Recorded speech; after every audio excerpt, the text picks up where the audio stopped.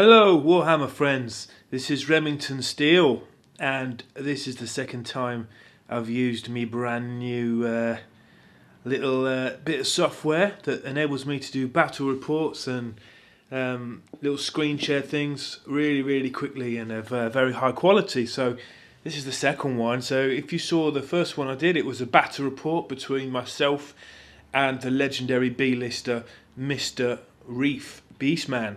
So that afternoon at Games Workshop, we had another game, and I had some work to do back in Leicester, but I was able to come back to Warhammer World and join in this large-scale battle, which was done on the second impressive AOS-themed war table, and this one features the full Dreadhold chaos.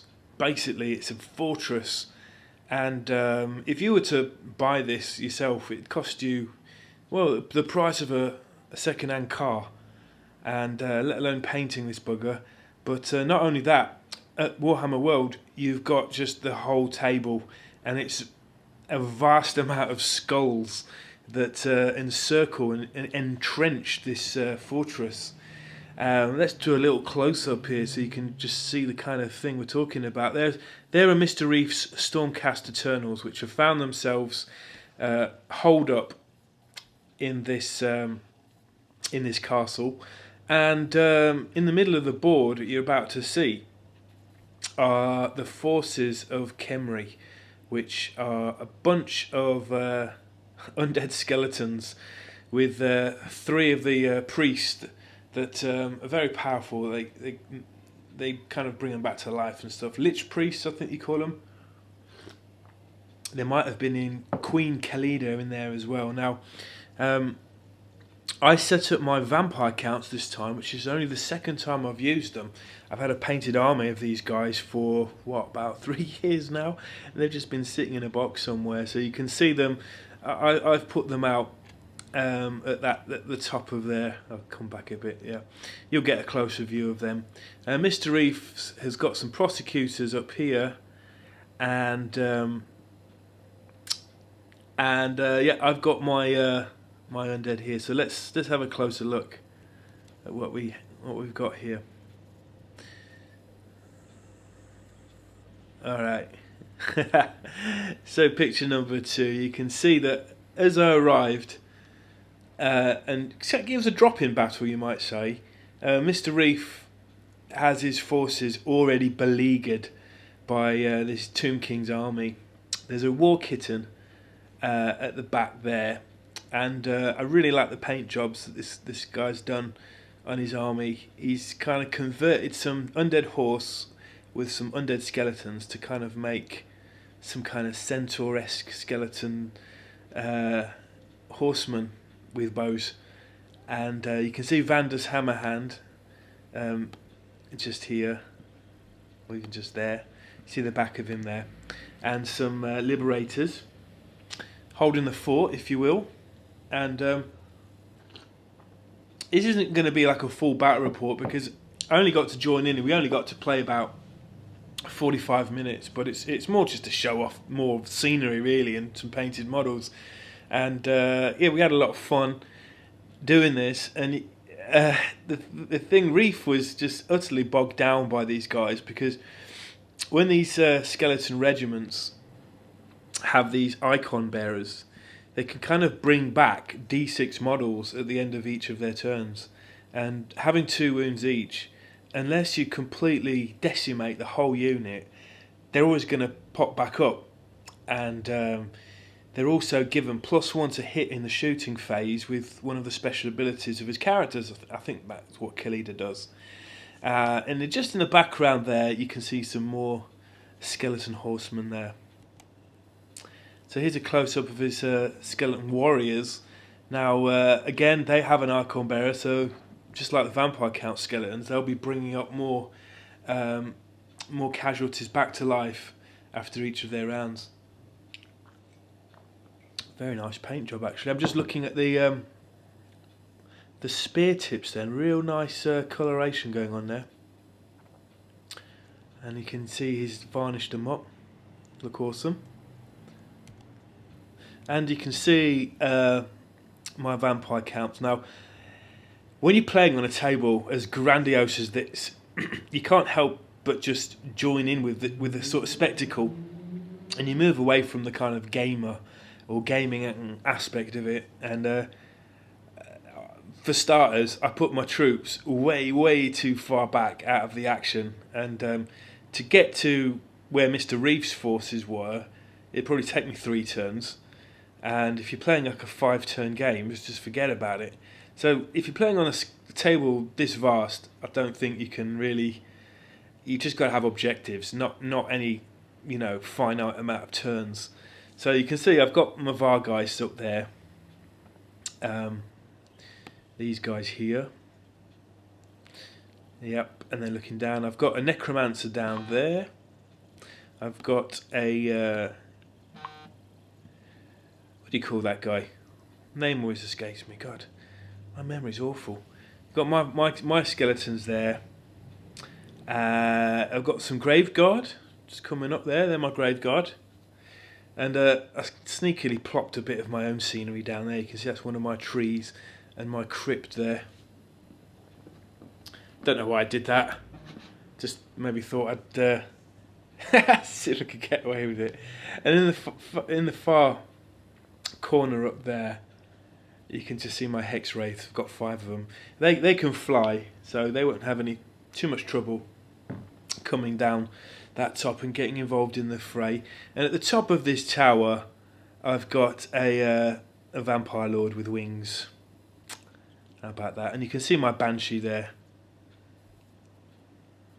just on the right there, screaming down from her peak. And here's a close-up of our friend's war kitty there. Is that what you called it? Or is it a hydrophant? Tyrant? Oh, I can't remember all the names. Bloody hell. I should have prepared for this, shouldn't I? So, I just like the tail. Look at that tail. Wow. It looks like it's filled with some kind of jello poison. Now, I always thought this model was a bit static, but when I saw it in real life and the paint job, I just thought, wow, this is it's just really good. It's really good. And I think Reefy got a couple of wounds off it, so it was starting to diminish there. I think he was aiming to get Vandus Hammerhand and his double-handed hammer guys in there, what they're called, perjurators. Decimators. Decimators? We'll call them decimators. So my turn comes around and I bring my hex wraiths screeching down the cliff top. And there they go. You can see just how far away from the action, so they've got to really do a run to get down there. And waiting for me down there, I've got more skeleton horsemen. Oh, did I forget to tell you? I've also got one of these Wraith Sky. What a wicked model that is.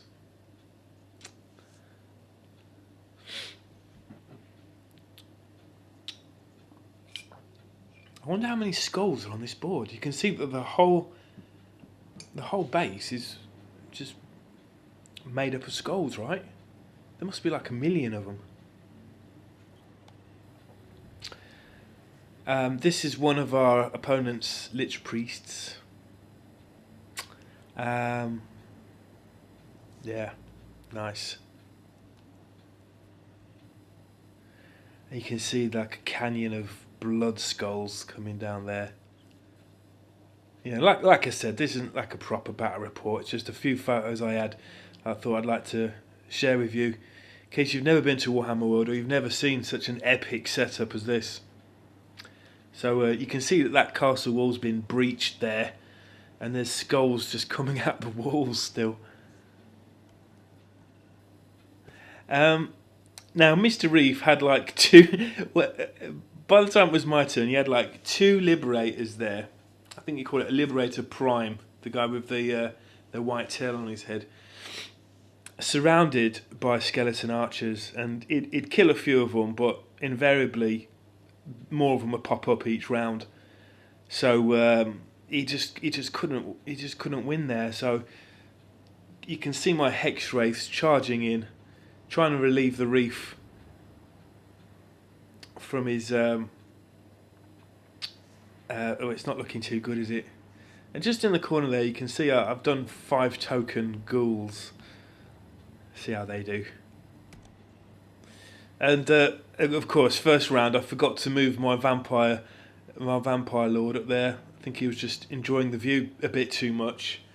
I'm sure everyone's done that. You just have a few models placed around on a table, and you always forget the one that's, you know, kind of camouflaged in the scenery.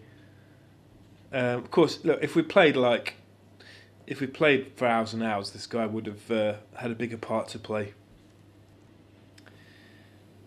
There's a view from above. You can see just there's not that many models, but the distances are huge. Yeah, you can see Mr. Reef's prosecutors up there. I think he didn't roll enough to get down from where he was, and so he was kind of stuck up there. We've played this sort of diagonal rule for flyers where you can't just fly across the table. You got to measure the distance down if you're swooping down, if you like. So if you imagine a diagonal from where you're flying to where you want to land, that's the amount of inches, rather than flying 10 inches across and then suddenly appearing on the ground to fight. Doesn't seem too fair. So yeah, you can see here that the grave guard and the skeletons, they've moved a little bit, but it's hardly enough to make any difference there. You can see the Vargeists are able to fly down, and what I want to do is somehow get a charge into these undead characters down here. So this is the most powerful part of our opponent's army. He's got sort of 2 or 3 casters down there, and they're giving buffs to his skeleton warriors. So taking those guys out could be key.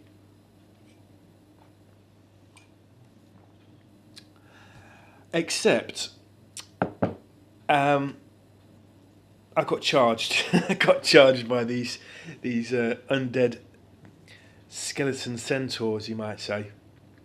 And I think I probably managed to kill 1 or 2. I think I fluffed a load of attacks, but my horses actually did more damage than the Hex Wraiths themselves. And I think he managed, every time I got 3 wounds through, even though it was like a -1 rend, he always managed to save 1 or 2 of them on a roll of a 6. So yeah, I killed a couple, but they just came back to life again on his turn, and I just got decimated there. So you can see by one unit at a time, he's just demolishing Reef and already eating into my army. So it's really like a death pit down in the centre point. Those ghouls, there's just not enough of them really, is there? I should have put more out. And yeah, you can see that Mr. Reef's only got 1 of these guys left.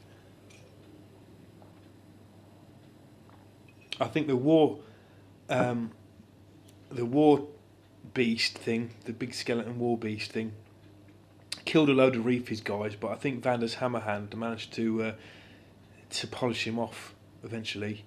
So he was left with like 3 prosecutors and Vander's Hammerhand, and the undead army pretty much was suffering no casualties because they would always come back. You can see Reef's finished here as well, can't you? What a way to die, though. I really like these bases. You see the it's kind of like a bone colour on the base. Kind of blends really well in with the skeletons themselves. And you can see my Hex Wraith. Alright, I've got 1 wound on one of them, but yeah, there's only 1 left now. Those ghouls are kind of thinking, I think we should just creep back into our holes right now. Oh yeah. You see, this was where the war kitting, and he had a few units, a few models down there, and so the stormcast, by force of numbers, really, and that's the way to kill undead, is just put different units in against them at the same time from all angles, try and kill them off in one turn. So if he didn't actually lose all his models, yeah, well, that's the end really. I just, like I said, we weren't at full battle report. We had to stop playing at this point, so who knows what would have happened. I did get my Vargeist into Khalida, and I think I maybe got 3 wounds or 2 wounds, and he had this special rule where if he's got like the Khalida's second in command within range, he can take the wounds instead of her. So that's what he did. I think he saved one as well. So and I lost a Vargeist. So yeah, that wasn't looking too good at all. So yeah, what else have I got here? I'm just going through the pictures I've got left from my trip to Warhammer World. So yeah, you can see just like the awesome scenery. I'm not a 40k player myself, but you can't help but appreciate the attention to detail that you see here. Look at that though. Wow.